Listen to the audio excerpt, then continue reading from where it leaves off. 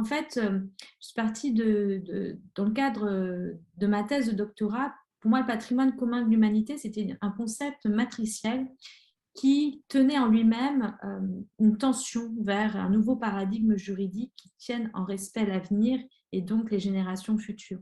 Cette notion, ce concept de patrimoine commun de l'humanité a été vite dépassé, notamment par celui de générations futures. Et on sait qu'en ce moment, il y a plusieurs glissements conceptuels en cascade avec les biens communs, les biens publics mondiaux. Bien sûr, il faut bien distinguer la notion de patrimoine commun de l'humanité des biens, des patrimoines culturels protégés dans le cadre de l'UNESCO. Ce sont vraiment des systèmes complètement différents. Quoi qu'il en soit, donc dans l'introduction, je ferai toutes ces précisions sémantiques. Il y a tout de même une même valeur qui sous-tend, qui anime, je dirais, ces concepts, c'est cette idée de dignité du vivant. Dignité du vivant qui est mentionnée notamment dans la thèse de Laurent Néret, professeur de droit privé. Je pousserai un peu plus loin la réflexion en disant, mais dignité du vivant, selon quelle approche? Une approche anthropologique occidentale où nature et culture sont séparées, ou une approche autre. Et grâce aux multiples rencontres avec des chamans et des leaders autochtones que l'on a dans le cadre de la Charte Normandie pour la paix, il est vrai que mes visions aussi se décalent de la vision occidentale petit à petit. Et je voudrais évoquer du coup l'intérêt de cette question, de ce questionnement sur la nécessité, la pertinence de reconnaître un concept de patrimoine commun du vivant. Et c'était ce qui m'était venu spontanément comme réponse lorsque l'océanographe Françoise Gale m'avait interpellée il y a plusieurs années, alors que la mission Tara Océan était lancée pour prospecter les océans et certaines ressources génétiques et notamment les répertorier.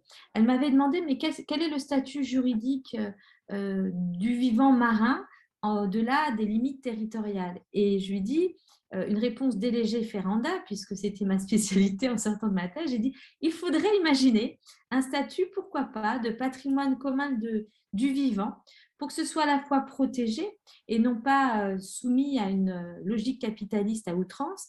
Et d'où ma proposition de conclusion de ce colloque, en tout cas de réflexion sur ce concept-là. Alors, peut-on créer une enveloppe conceptuelle nouvelle et quelle est la nécessité? Vous l'aurez compris, il me semble que dès le début, il faudra s'interroger si on se positionne à travers la lecture occidentale qui sépare nature et culture. Donc, on l'a très bien vu dans la présentation de Magali Bouteille-Brigand, on a nos concepts, on a nos catégories juridiques et on voit bien que les juristes sont débordés, voient leurs catégories juridiques qui sont soumises à un effet de débordement.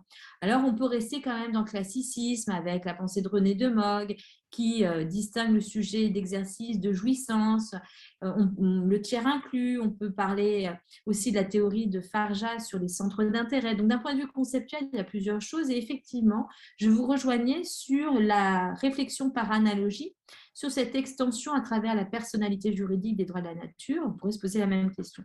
Bien, à l'inverse, est-ce qu'on pourrait étendre la notion de patrimoine commun du vivant comme nouveau vecteur aussi d'un autre rapport à notre monde?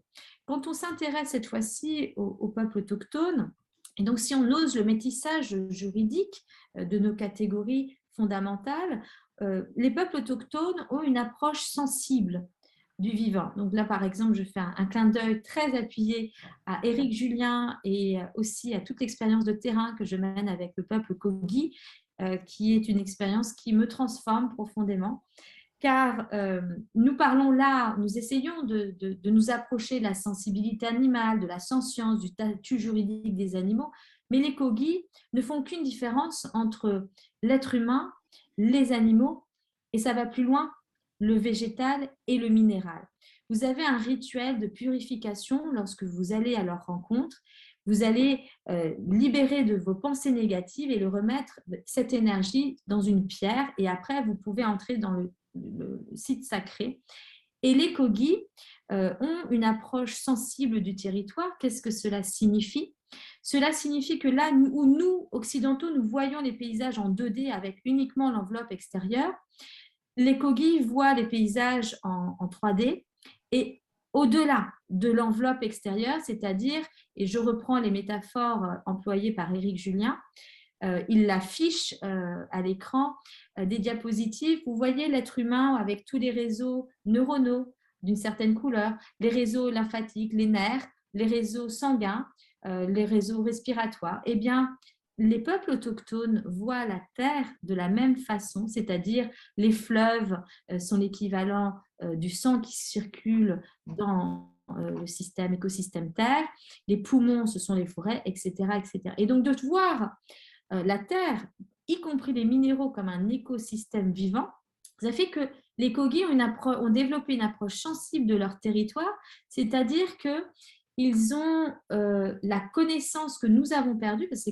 c'est quand même un peuple, comme dit Éric Julien, c'est comme si nous parlions avec les descendants des Incas, plurimillénaires, et lorsqu'ils sont sur un territoire, ils savent identifier les lignes énergétiques, les points importants de connexion du territoire. Alors, ça dépasse complètement l'entendement occidental et les paradigmes.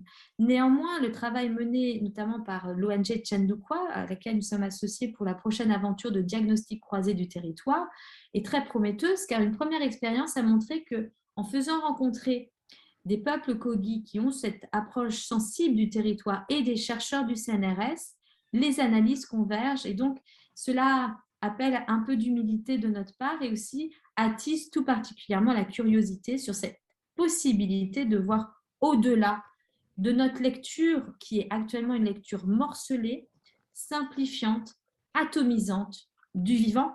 On a besoin plus que jamais de former les esprits à la pensée systémique, à la pensée complexe. On a eu de nombreux exemples aujourd'hui. Donc, je développerai sur la nécessité, en fait, de penser de manière systémique. Tout à l'heure, Nicole Xiu, on a bien vu qu'on a pris comme critère de la sensibilité animale un critère humain de sensibilité, alors qu'il y a d'autres sensibilités qui peuvent être développées, et ne serait-ce que les Kogi, qui sont pourtant des humains, ont développé des sensibilités que nous, occidentaux, nous n'avons pas. J'espère que je suis assez claire dans ce que je dis, parce que c'est vraiment une recherche action et de terrain, et comme je vous l'ai dit, qui a des conséquences aussi sur ma manière de vivre cette recherche dans l'interculturalité. Donc, je ne voudrais pas prendre trop de temps parce que je sais qu'il y a le professeur Margueno et je voudrais respecter le temps de parole. Là, je vous ai donné surtout l'introduction, la première partie, la problématique. Mais voilà, je vous emmènerai sur, bien sûr, les différentes lectures de textes qui soulèvent cette question de dignité du vivant que je croiserai de manière systémique avec la reconnaissance du principe de dignité des générations futures qui me permet de plaider pour une lecture transgénérationnelle des droits fondamentaux et qui rejoint du coup une lecture défensive qui protège objectivement les animaux d'un point de vue juridique. Mais surtout, voir quels sont les nouveaux principes qui peuvent émerger au soutien d'une approche de patrimoine commun du vivant. J'en citerai qu'une seule. Il y en a plein d'autres. On peut en trouver dans la déclaration Cousteau des droits des générations futures. On peut en trouver à l'international, notamment sur la déclaration des droits des animaux. Mais moi, ce qui m'intéresse, c'est d'intégrer cette idée selon laquelle le vivant, il a sa propre temporalité. Le vivant non humain, mais le vivant animal a besoin aussi d'un temps de régénération. Et dans la Déclaration des droits et devoirs de l'humanité que nous avons co-rédigée sous la direction de Corinne Lepage pour 2015 pour le président de la République, nous avons également intégré une disposition qui vise à protéger le droit aussi des écosystèmes à se régénérer, donc bien évidemment un lien systémique nature et animaux. Donc je développerai ces nouveaux principes qui pourraient enrichir de manière systémique, dynamique, cette protection durable du patrimoine du vivant dans le long terme.